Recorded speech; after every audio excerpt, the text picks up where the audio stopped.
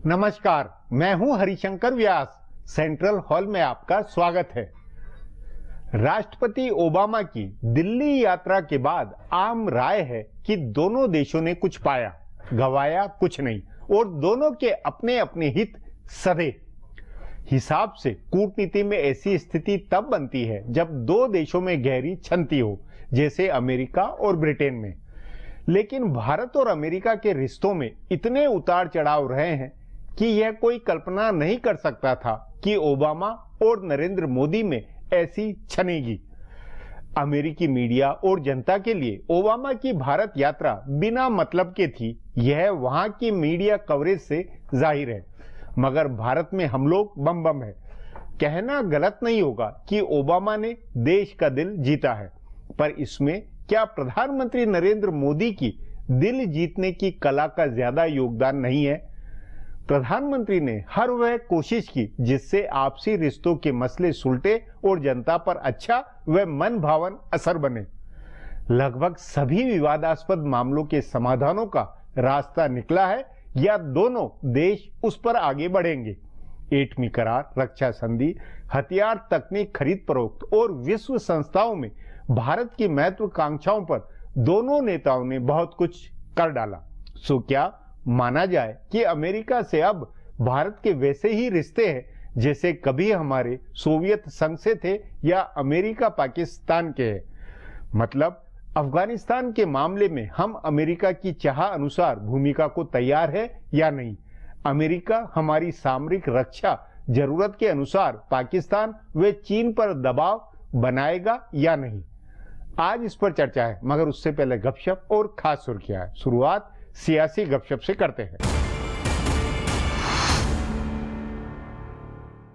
उत्तर प्रदेश में भारतीय जनता पार्टी संगठन का बदलाव करने वाली है। जानकार सूत्रों का कहना है कि 2017 का चुनाव लड़ाने वाली टीम बनाई जाने वाली है। प्रदेश के प्रभारी ओम माथुर ने पिछले 3-4 महीने में प्रदेश संगठन और चुनावी संभावनाओं के बारे में अपना आकलन कर लिया है। बताया जा रहा है कि दिल्ली चुनाव के बाद अमित शाह उत्तर प्रदेश की टीम बनाएंगे। भाजपा नेताओं को पता है कि लोकसभा चुनाव में भले भाजपा 71 सीटें जीत गई, लेकिन प्रदेश में पार्टी का संगठन मजबूत नहीं है। सो नए सामाजिक समीकरण के साथ नई टीम बनाई जाएगी। सूत्रों का कहना है कि लोकसभा के बाद हुए चुनाव में भाजपा की लगातार हार ने भी पार्टी के आला नेताओं को सचेत किया है। लोकसभा के बाद विधानसभा की 12 सीटों के लिए उपचुनाव हुए थे। ये सभी सीटें भाजपा या उसकी सहयोगी अपना दल की थीं, लेकिन इनमें से ज्यादातर सीटों पर भाजपा हार गई। प्रधानमंत्री नरेंद्र मोदी के वाराणसी क्षेत्र की रोहनिया सीट पर भी अपना दल की उम्मीदवार हार गई। इसके बाद लखनऊ, गोरखपुर, मेरठ आदि छावनी बोर्ड के चुनाव में भी भाजपा को जोर का झटका लगा। उसके बाद विधान परिषद की एक अतिरिक्त सीट जीतने के लिए भाजपा ने उम्मीदवार दिया, लेकिन वो भी हार गया। इसे पार्टी के नेता प्रदेश संगठन की विफलता मान रहे हैं।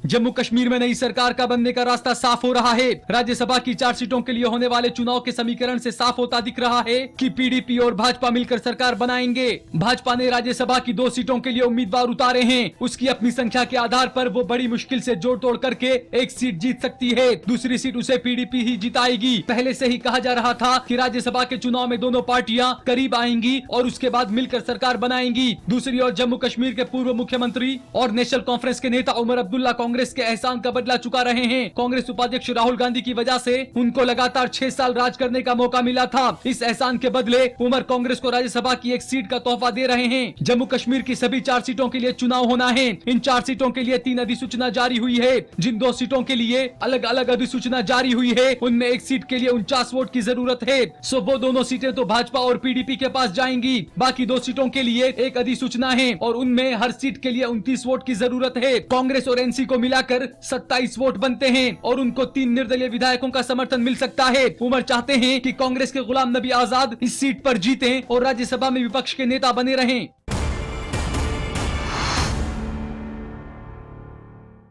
कांग्रेस महासचिव जनार्दन द्विवेदी के बयान पर कांग्रेस का सख्त रुख सोनिया गांधी की नाराजगी की वजह से था। अपनी प्रेस कॉन्फ्रेंस में अजय माकन बार बार कह रहे थे कि वो कांग्रेस महासचिव और कम्युनिकेशन विभाग के प्रभारी के नाते इस बयान की निंदा कर रहे हैं। वो ये बताना चाह रहे थे कि कांग्रेस का शीर्ष नेतृत्व द्विवेदी के बयान से सहमत नहीं है और उनकी आलोचना करना चाहता है, उनके खिलाफ कार्रवाई करना चाहता है। असल में जब द्विवेदी का बयान अखबारों में छपा तो सोनिया गांधी इस बात से बहुत नाराज हुई कि उनकी पार्टी के विचारक नेता नरेंद्र मोदी की जीत को भारतीय भारतीयता की जीत बता रहे हैं। सो उनके यहाँ से माकन को निर्देश भेजा गया कि वो तत्काल प्रेस कॉन्फ्रेंस बुलाकर इसकी निंदा करें। इतना ही नहीं, 10 जनपद से इंदिरा गांधी से जुड़ी कुछ सामग्री भेजी गई जिसमें भारतीयता को परिभाषित किया गया था। जानकार सूत्रों का कहना है कि सोनिया और राहुल के लिए काम करने वाली टीम ने भारतीयता के मसले पर मोदी को घेरने वाली सामग्री उपलब्ध कराई और उस आधार पर माकन ने प्रेस कॉन्फ्रेंस करके मोदी पर हमला बोला। द्विवेदी की निंदा करने के बहाने कांग्रेस ने मोदी को भी निशाना बनाया। जनार्दन द्विवेदी के खिलाफ अनुशासन की कार्रवाई का मामला आगे नहीं बढ़ा,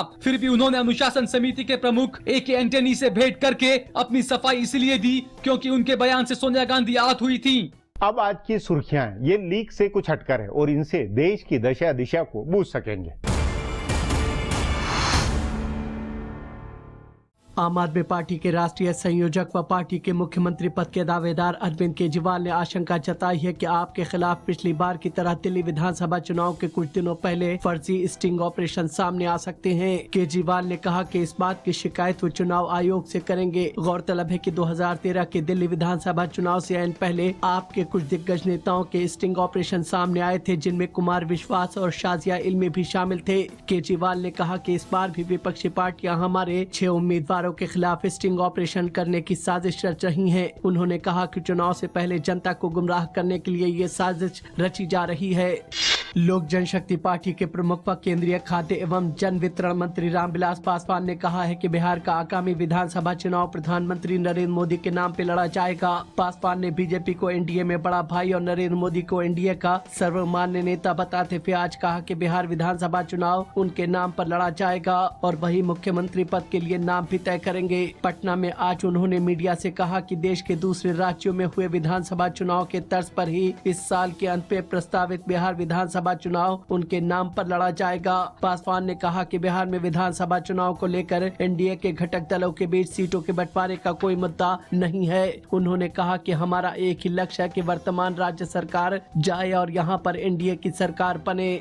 पाकिस्तान के प्रधानमंत्री नवाज शरीफ ने भारत को महत्वपूर्ण पड़ोसी देश करार देते हुए कहा है कि पाकिस्तान भारत के साथ पारस्परिक सम्मान और संप्रभुता समानता के आधार पर भारत के साथ सामान्य संबंध बनाना चाहता है। नवाज शरीफ ने भारत में पाकिस्तान के उच्चायुक्त अब्दुल बासित से मुलाकात में कहा कि भारत हमारे लिए एक महत्वपूर्ण पड़ोसी देश है और हम पारस्परिक सम्मान और संप्रभुता समानता के आधार पर उनके साथ सामान्य संबंध चाहते हैं। इस मुलाकात में अब्दुल बासित ने शरीफ को भारत पाकिस्तान के संबंधों की स्थिति की जानकारी दी। शरीफ ने कहा कि पाकिस्तान अपने सभी पड़ोसी देशों से अच्छे संबंध रखना चाहता है। उन्होंने ये भी कहा कि दोनों देश आपसी शांति के लिए जम्मू कश्मीर सहित सभी लंबित मुद्दों को सुलझाने का संकल्प करें। निठारी कांड के दोषी सुरेंद्र कोहली की फांसी की सजा को इलाहाबाद हाई कोर्ट ने आजीवन कारावास में बदल दिया है। कोर्ट ने मंगलवार को उन सभी याचिकाओं पर सुनवाई पूरी कर ली थी जिनमें उसकी फांसी की सजा को घटाकर उम्र कैद में बदले जाने का आग्रह किया गया था। आज मुख्य न्यायाधीश जस्टिस DY चंद्रचूड़ की अध्यक्षता वाली बेंच ने यह फैसला सुनाया। गौरतलब है कि people's union of democratic rights और सुरेंद्र कोहली की ओर से दायर की गई जनहित याचिका में मांग की गई थी कि कोहली को सुनाई गई फांसी की सजा को उम्र कैद में इसलिए बदला जाना चाहिए क्योंकि उसकी दया याचिका के निस्तारण में देरी हुई है। सुनंदा पुष्कर मौत मामले में एक नया मोड़ आ गया है। इस मामले में सपा के पूर्व नेता अमर सिंह से पूछताछ की गई है और वहीं सुनंदा के बेटे से भी इस मामले में पूछताछ हो सकती है। इस मामले में SIT ने सुनंदा के पति व कांग्रेसी सांसद शशि थरूर से भी पूछताछ की थी और एक बार फिर से पूछताछ कर सकती है। थरूर से 19 जनवरी को करीब 4 घंटे तक पूछताछ की गई थी। गौरतलब है कि पिछले साल जनवरी में सुनंदा पुष्कर की मौत रहस्यमय तरीके से दिल्ली के एक 5 सितारा होटल में हुई थी। फिलहाल अब एक ब्रेक है, फिर खुलासा होगा।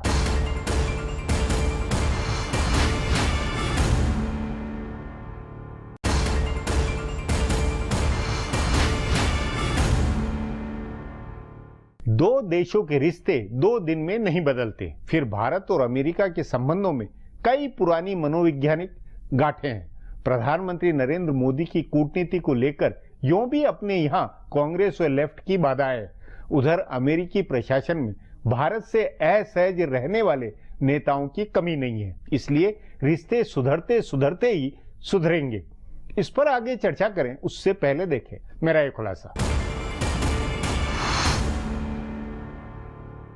अमेरिकी राष्ट्रपति बराक ओबामा की भारत यात्रा के बाद ऐसा मानने वालों की कमी नहीं है कि दोनों देश स्वाभाविक और सर्वश्रेष्ठ साझेदार हैं। ऐसा खुद बराक ओबामा ने भी कहा। लेकिन क्या सचमुच ऐसा है? ओबामा की इस यात्रा से तो कम ऐसा ही जाहिर हुआ है। अमेरिकी राष्ट्रपति ने चीन की परवाह नहीं की। चीन के साथ जिस तरह का जलवायु समझौता हुआ, वैसे किसी समझौते के लिए अमेरिका ने भारत पर दबाव नहीं डाला, यानी भारत के लिए कार्बन उत्सर्जन की कोई सीमा तय नहीं की। इसी तरह चीन की चिंता किए बगैर एशिया प्रशांत में भारत, जापान और ऑस्ट्रेलिया के साथ सामरिक सहयोग की सहमति दी। रक्षा के क्षेत्र में भारत के साथ सहयोग बढ़ाने की बात कही। संयुक्त राष्ट्र संघ में भारत की स्थायी सदस्यता की वकालत की और ये भी कहा कि अमेरिका चाहता है कि भारत एशिया प्रशांत में बड़ी भूमिका निभाए। जाहिर है ये बातें भारत को बहुत अच्छी लगी हैं और चीन व पाकिस्तान को नागवार गुजरी है। तभी चीन ने पाकिस्तान के लिए कहा कि वो उसका सबसे अच्छा सहयोगी है। सो एक लिहाज से कहा जा सकता है कि ओबामा की ये यात्रा इस महाद्वीप के भू राजनीतिक रिश्तों को बदलने वाली साबित हो सकती है। लेकिन अमेरिकी राष्ट्रपति की इस कूटनीति की आलोचना करने वालों का कहना है कि चीन को काबू में रखने के लिए अमेरिका भारत पर ऐसी मेहरबानी दिखा रहा है। अगर ऐसा है भी तो भारत को उसका क्या नुकसान है? भारत को अपने हितों की रक्षा करते हुए कूटनीतिक व आर्थिक संबंध निभाने हैं। भारत को इस बात का ध्यान रखना होगा कि पाकिस्तान और चीन की दूरी भारत को नुकसान न पहुंचाए और भारत दक्षिण एशिया के देशों की जोर आजमाइश में अमेरिका के हाथों का टूल नहीं बने। बहरहाल इस पहलू पर भारत और अमेरिका दोनों के सामरिक विशेषज्ञ विचार कर रहे हैं। ओबामा की इस यात्रा की सबसे बड़ी उपलब्धि असैन्य परमाणु संधि की बाधाओं का दूर होना है। हालांकि अभी तक ये स्पष्ट नहीं हुआ है कि परमाणु जवाबदेही के प्रावधानों पर क्या समझौता हुआ है। माना जा रहा है कि परमाणु करार के तहत अमेरिका ट्रैकिंग के प्रावधान को हटा देगा, लेकिन उसके बदले में भारत जवाबदेही वाले प्रावधान को हल्का नहीं कर सकता है। अगर ऐसा हुआ तो सरकार को लेफ्ट, कांग्रेस और जनता परिवार की पार्टियों का भारी विरोध झेलना पड़ेगा। सो भारत के परिभाषित हितों के साथ नरेंद्र मोदी की सरकार समझौता नहीं कर सकती है। प्रधानमंत्री नरेंद्र मोदी को इस बात का अंदाजा है कि भारत और अमेरिका के संबंधों में कुछ ग्रंथि है। इसीलिए उन्होंने साझा प्रेस कॉन्फ्रेंस के दौरान कहा कि देशों के रिश्ते उसके नेताओं के रिश्तों से भी परिभाषित होते हैं। इसी आधार पर उन्होंने ओबामा के साथ अपनी निजी केमिस्ट्री को तरजीह दी। उन्होंने अमेरिकी राष्ट्रपति को पहले नाम से संबोधित किया, प्रोटोकॉल तोड़कर उनका हवाई अड्डे पर स्वागत किया, उनको अपने हाथों से चाय पिलाई और रेडियो पर मन की बात की। इन सारी बातों का लब्बो-लुआब ये है कि दोनों देशों के संबंधों को बेहतर बनाने की पहल हो गई है। पहला और ठोस कदम उठ गया है। अगर दोनों के हित सधते हैं तभी दोनों हाथ में हाथ डालकर आगे चल सकते हैं। कूटनीति में दोनों पक्षों के लिए विन विन सिचुएशन जरूरी होता है। अभी ऐसा दिख रहा है। अब एक ब्रेक है, उसके बाद ओबामा की यात्रा के नतीजों पर चर्चा करेंगे।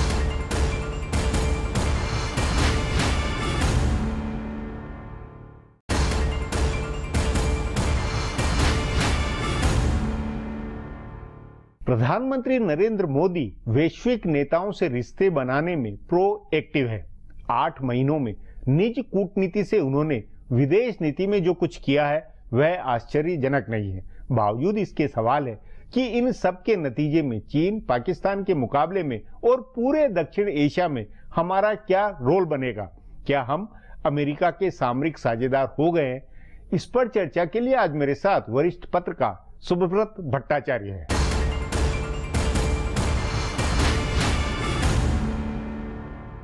सुबो जी, राष्ट्रपति ओबामा की भारत यात्रा के बाद जितनी तरह की टीका टिप्पणी हुई है, जो विश्लेषण हुआ, उसमें पते की बात आपको क्या समझ में आती है? इस यात्रा में क्या सार है इस यात्रा का?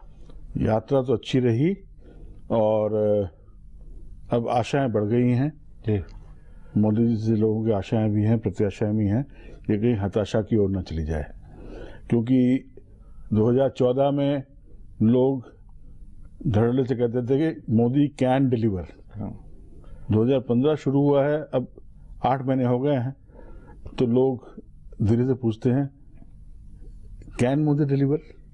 नहीं, तो इसको विश्व राजनीति नहीं, मैं अंदरूनी नहीं, मैं विश्व राजनीति में भी देखिए। क्योंकि ऐसा है कि विजिट तो बहुत हो गए, ऑस्ट्रेलिया होके आ गए, चीन होके आ गए, जापान होके आ गए, अमेरिका होके आ गए, वहाँ के लोग भी यहाँ पर होके चले गए, रूस के साथ भी हमारे संबंध हैं, सब है। परंतु अब जो अभी देखना है कि अभी बातचीत तो बहुत हो गई, विजिट्स बहुत हो गए, अब हमें देखना है कि इस विजिट का जो फ़ायदा हिंदुस्तान को पहुंचना चाहिए, उसके लिए हिंदुस्तान को भी कुछ कदम उठाने होंगे, अमेरिका को भी उठाने होंगे, ताकि ये सिर्फ गुडविल ना रह जाए, अब इसके आगे बिजनेस होना चाहिए। नहीं तो वही उसके अंदर ये है कि क्या राष्ट्रपति ओबामा और प्रधानमंत्री मोदी के बीच में जो बातचीत हुई है उसमें ठोस सहमति के साथ में फैसले हो गए या अभी अवसर बनने वाली स्थिति अभी बननी है? नहीं, देखिए, फैसले तो अच्छे हुए हैं। जो हमारी न्यूक्लियर डील हो गई है जी, जो कि कांग्रेस ने शायद कराई हो, बट हो तो अभी गया है जी। तो जब खाना पक जाता है तब उसको पका हुआ खाना मानते हैं। जी, नहीं, उसमें तो फिर ये कि अभी वो जो है जो बीमा को लेकर और उसको लेकर जो व्यवस्थाएं होनी है वो व्यवस्थाएं 6-8 महीने बाद ही अभी उसका कॉमर्शियल उपयोग नहीं होना है। अभी मुद्दे रहेंगे, अभी इसके अंदर इंटरनल डिबेट भी होगा। भावनगर जैसे शहर में, गुजरात में 4 गांव के लोगों ने एक पिटिशन भी किया है कि भाई ये जगह को लेकर वो रिएक्टर लगने लगे कि ये यहाँ पर न्यूक्लियर ऐसी चीजें और भी होंगी, तो ये तो ऑनगोइंग रहेगा। पर एक शुरुआत हो गई है और ये शुरुआत अच्छी है। अब बाकी बिजनेसेस के लिए भी, जैसे अभी USIBC की यहाँ पर समिट हुई जिसमें CEO राउंड टेबल भी हुआ, सब कुछ हुआ जी।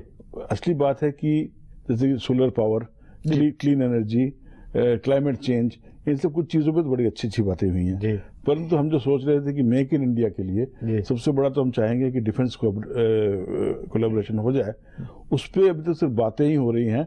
हमें कुछ बातों के आगे कुछ बढ़ता हुआ नजर नहीं आया है। क्योंकि अब इसमें जरूरी है कि अमेरिका सिर्फ अपना निवेश ही ना दे, हमें टेक्नोलॉजी दे। हमारे यहाँ पर टेक्नोलॉजिकल बेस है, इंडिया एक इंडस्ट्रियल देश है, उसमें और इंडस्ट्रियल देश के साथ साथ हमारे यहाँ पर लेबर बहुत अच्छी है, हमारे यहाँ पर स्किल्ड मैन पावर है।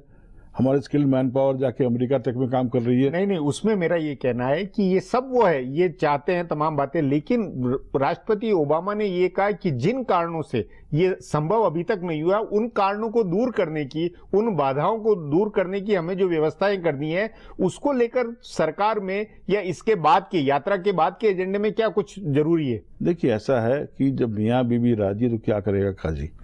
अब नहीं, वो तो देखिए उस समय मनमोहन सिंह के साथ में भी जो राष्ट्रपति बुश ने आके बहुत वो किया था, भरोसा पैदा किया था।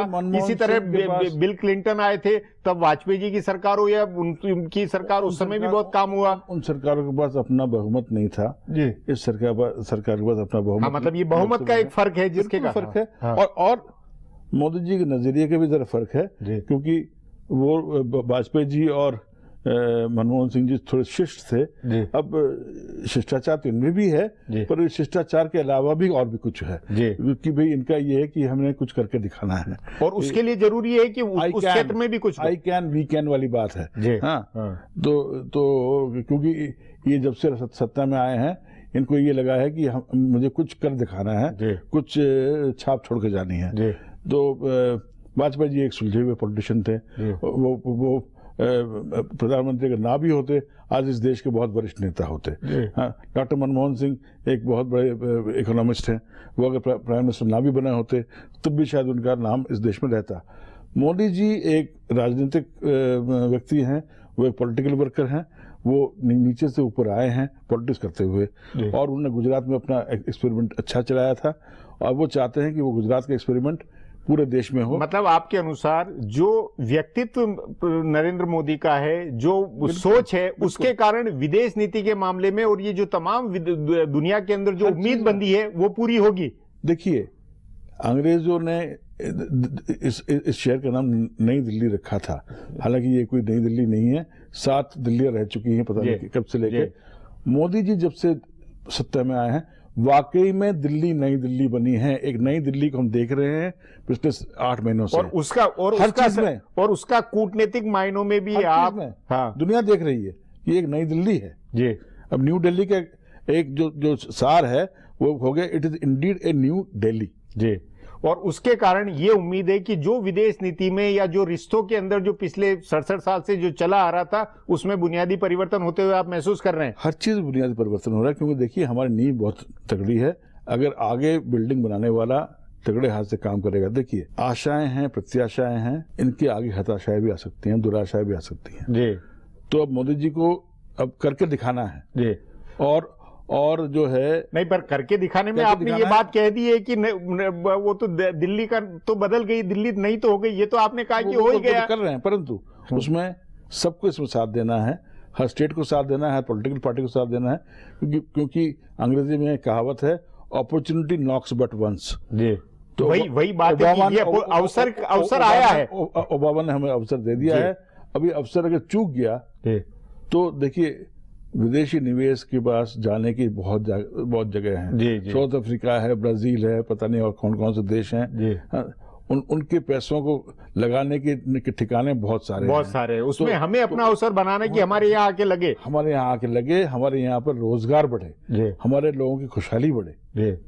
इसके अवसर तो हमें ही बनाने हैं। हमें निवेश भी चाहिए, टेक्नोलॉजी भी चाहिए और हमारी नीयत साफ होनी चाहिए कि हमने आगे बढ़ना है। उस नाते आपका मानना है और ये मानेंगे क्या आप कि अगले 6 महीने बहुत निर्णायक है, जिसके अंदर ये फाउंडेशन जिसमें अवसर बिल्कुल क्योंकि ओबामा के कार्यकाल में हम जितना अमेरिका से कर सके काम करवा सके। अभी देखिए उसके बाद तो ओबामा का कार्यकाल खत्म होता जा रहा है और मोदी का कार्यकाल शुरू हुआ है। तो इसलिए ओबामा तो अपनी नीयत बता के चले गए हैं कि उनकी नीयत ठीक है, हमारी नीयत भी ठीक है, पर हमारी नीयत और हमारी कार्यशैली भी ऐसा होना चाहिए कि हम जल्दी से जल्दी उसको लपके और लपक कर अवसर बनाएं। इस अवसर को ले लें, क्योंकि अगला जो राष्ट्रपति आएगा अमेरिका का पता नहीं किस पार्टी कैसे का और नए सिरे से फिर सारी बातें होगी, इसलिए जो अवसर है उसमें फुर्ती से काम होना चाहिए। ये जो है इसमें दुराशा की ओर नहीं जाना चाहिए, हमें जो आशा है लोगों की उसको पूरी करनी चाहिए। जी सुबोध जी, बातचीत को यही समाप्त करेंगे। प्रोग्राम में आने के लिए बहुत बहुत धन्यवाद। हमारा प्रोग्राम अब यहीं खत्म होता है, मुझे इजाजत दीजिए, कल फिर मिलेंगे इसी चैनल पर इसी समय।